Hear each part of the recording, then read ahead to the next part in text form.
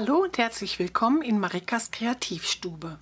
Es ist schön, dass du heute wieder bei mir bist und mir zusiehst, wie man eine solche Origami-Diamantbox herstellt.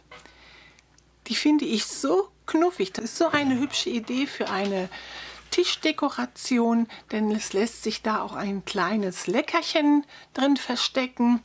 Wie das genau geht, zeige ich euch im Laufe des Videos, denn wir werden da noch etwas wegschneiden müssen.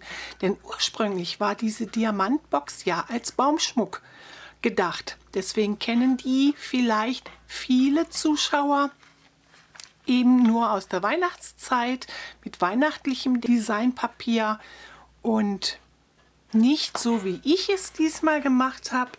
Und zwar habe ich ein ganz tolles Stempelset dazu verwendet.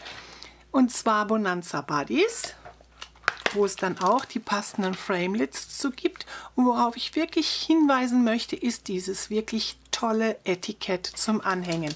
Das habe ich hier als Grundlage genommen. Und dann ist das ein Stempelset, da kommen Stempelfreaks wirklich auf ihre Kosten. Und ich finde das so lustig, drollig.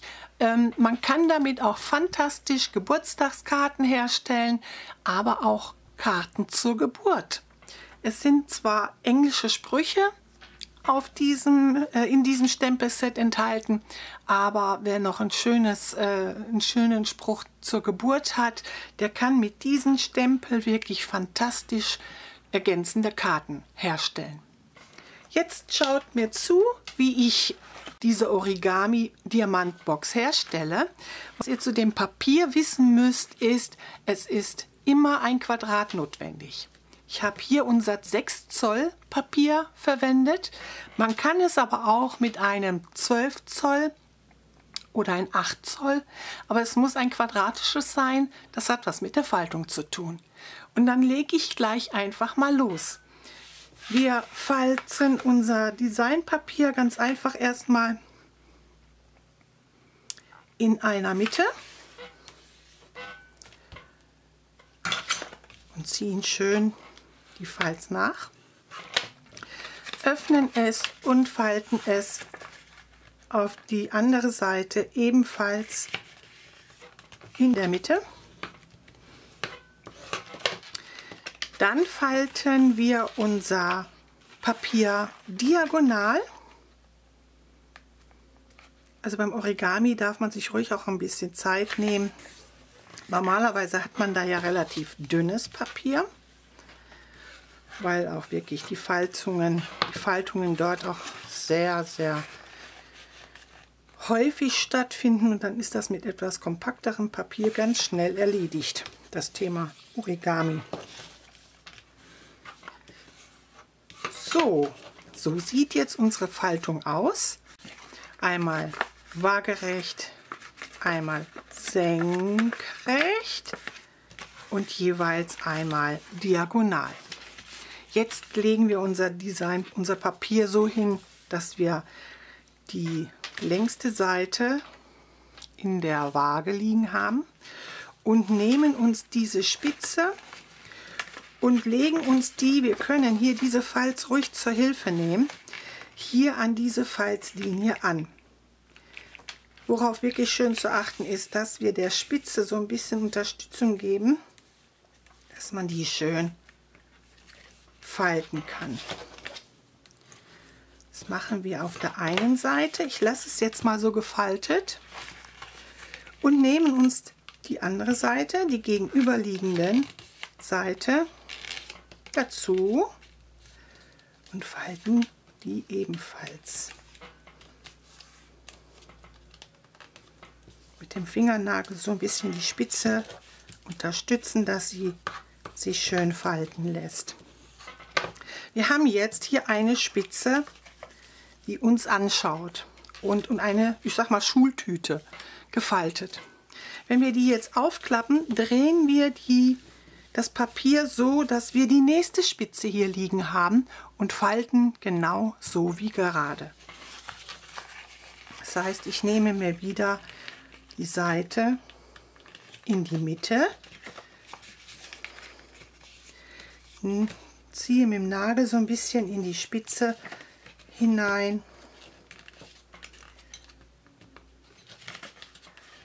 dass die sich schön falten lässt. Ihr seht, dass ich immer hier dieses Papier mit hochnehme, um mich zu unterstützen. Falze wieder nach und nehme mir hier den zweiten Teil zu meiner Schultüte dazu.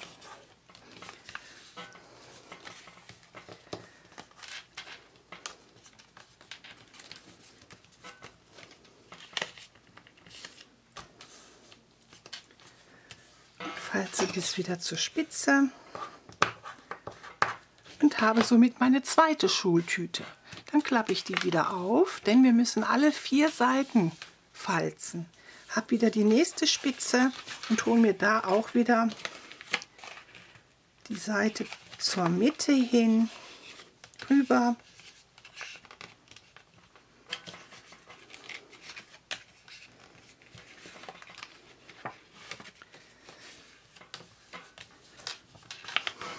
Und ziehe die Faltung mit dem Falzbein nach. Nehme mir dann die andere Seite dazu, sodass ich wieder an eine Schultüte komme. Ich finde den Begriff Schultüte gerade so, oder Zuckertüte, das ist vielleicht sogar noch viel besser. So, öffne wieder und drehe es ein weiteres Mal und nehme uns noch die 4. Seite vor.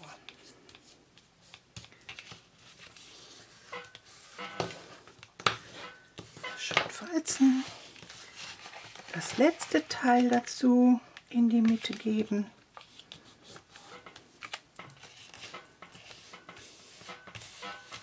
Und wieder falzen. So haben wir jetzt alle 4 Seiten gefalzt. Jetzt können wir hier in der Mitte schon die Faltung so in die Mitte drücken und dann kann man schon sehen, wie sich das nachher zusammenlegt. Jetzt müssen wir noch lochen. Ich habe dafür meine Crocodile und zwar hat die jetzt den Vorteil, dass die mir auch gleich sagt, bis wohin ich hineingebe, mein Papier hineingebe, um immer an der gleichen Stelle zu lochen. Das kann man an der Crocodile so einstellen. Einfach 1 Zentimeter hineinmessen, eine Markierung machen und mit einem Werkzeug ein Loch hineinstanzen, was euch zur Verfügung steht.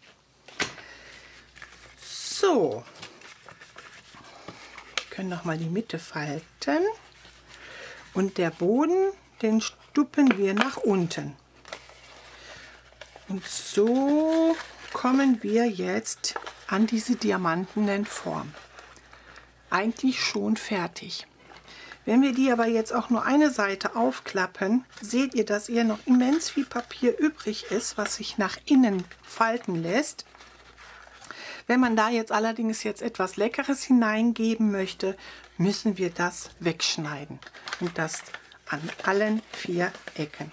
Dazu falte ich mein Papier mit der Seite, die nachher nach außen kommt, falte ich mir das zu. Und dann haben wir hier an den Ecken die Faltung, die nach innen kommt. Und da schneide ich ganz einfach das Stück Papier ab.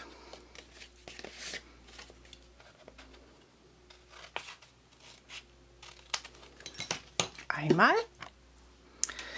Dann nehme ich mein Papier auseinander und falte es auf der anderen Seite wieder waagerecht. Und dann haben wir auch hier die Laschen, die eigentlich nach innen gehören, die wir ganz einfach wegschneiden. Nicht ganz so nah an die Falzlinie. Jetzt klappen wir es wieder auf.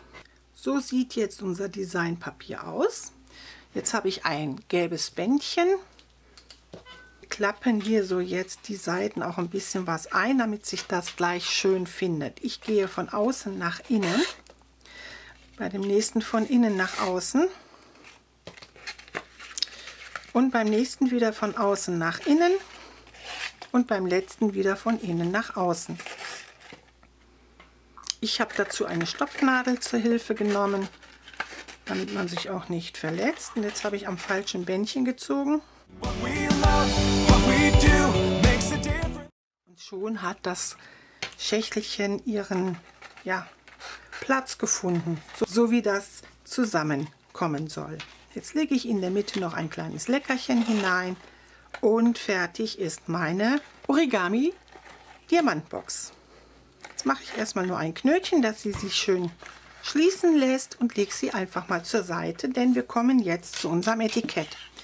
Unser Etikett, ich habe anfangs schon erwähnt, dass bei den Stanzformen zu dem Stempelset Bonanza Buddies eben dieses Etikett zugehört. Des Weiteren habe ich diese Girlande, natürlich die Stanzform für unser Koala-Bär, für das Hütchen und für die Ballons verwendet. Da habe ich jetzt die Girlande so aufgeklebt und hatte etwas übrig, das habe ich schon weggeschnitten. Dann habe ich natürlich den Koala ausgeschnitten, den ich wirklich ganz, ganz drollig finde. Zum Geburtstag das Hütchen aufgesetzt und auf der Rückseite schon mit Dimensionals belegt, damit wir ihn ganz flott aufkleben können. Na komm schon. So. Den setze ich direkt, den setze ich einfach mal hierher.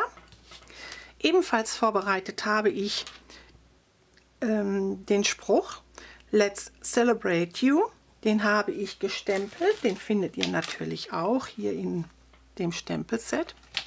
Aber ich habe in Erinnerung gehabt, dass wir bei dem Stempelset Wahre Klasse, da ist ein wirklich hübsches Etikett. Und das habe ich dieses Mal verwendet, um den Spruch auszustanzen, weil das auch gestickt ist. Also auch jetzt hier wieder eine Kombination mit einem Stempelset, wo man gar nicht dran denkt, weil da ein hübsches Etikett drin ist. Dann habe ich auch aus dem Set Bonanza Buddy einmal ein schönes Geschenk ausgeschnitten, wo die hübsche Schleife drauf gestempelt worden ist. Hier habe ich ebenfalls schon 2 Dimensionals aufgeklebt und klebe das jetzt am unteren Rand von meinem Etikett auf.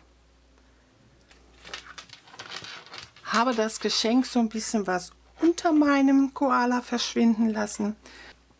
Und dann habe ich noch Luftballons ausgestanzt, die ich so übereinander geklebt habe. Auch hier habe ich schon Dimensionals aufgeklebt. Und die klebe ich auch Etikett überstehend. Also nicht auf das Etikett, sondern so ein bisschen überstehend hier oben hin. Jetzt gibt es bei diesem Set auch noch hier diese Strippen für die Luftballone. Wo hätte ich die hinstempeln sollen? Da habe ich mir gedacht, gehe ich einfach hin und ziehe mit einem schwarzen Stift ganz einfach die Strippen, lustig so wie sie sind, zu den Koala-Bärchen hin. Mache hier unten noch meine Verlängerung der Strippe und mache es jetzt an dem gelben Bändchen, was ich vorbereitet habe. Binde da noch eine Schleife.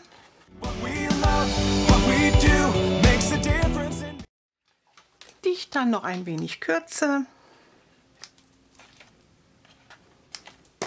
Und fertig ist unser hübsches Goodie, was auf einem Kindergeburtstag beispielsweise den Tisch verschönert. Man kann aber auch ganz viele machen und eine große Schüssel geben, dass die Kinder sich daran bedienen können. Ich bin aber auch hingegangen und habe zum Beispiel das Designpapier Mohnblüten verwendet und da sieht die Sache ganz anders aus. Auch hier habe ich ein Produkt hineingegeben, was ein bisschen Alkohol enthält und vor allen Dingen eine Kirsche. So kann das auch aussehen und es ist ein hübsches Mitbringsel. Ich habe jetzt hier noch kein Etikett, weil mir die Idee so kurz bevor ich angefangen habe, dieses Video zu drehen, habe ich mir gedacht, das musst du auch mal zeigen.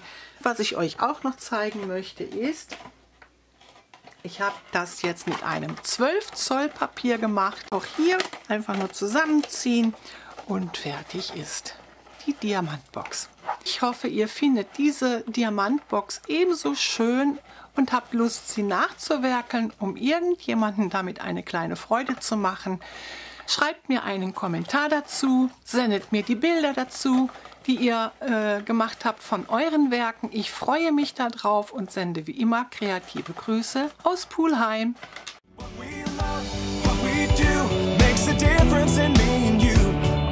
Years of inspiration and love.